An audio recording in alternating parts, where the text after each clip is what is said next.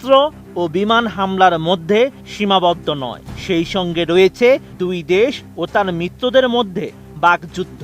তেমনি ইরানকে হুঁশিয়ারি বার্তা দিয়ে যাচ্ছে ইসরায়েলের পরম মিত্র যুক্তরাষ্ট্র।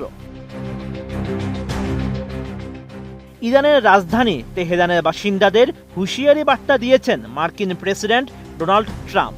নিজের সামাজিক মাধ্যম ট্রুথ সোশ্যালে তিনি লিখেন, ইরানকে যে চুক্তি স্বাক্ষর করতে বলেছিলাম তাতে স্বাক্ষর করা উচিত ছিল। কি লজ্জাজনক এবং মানব জীবনের অপচয়।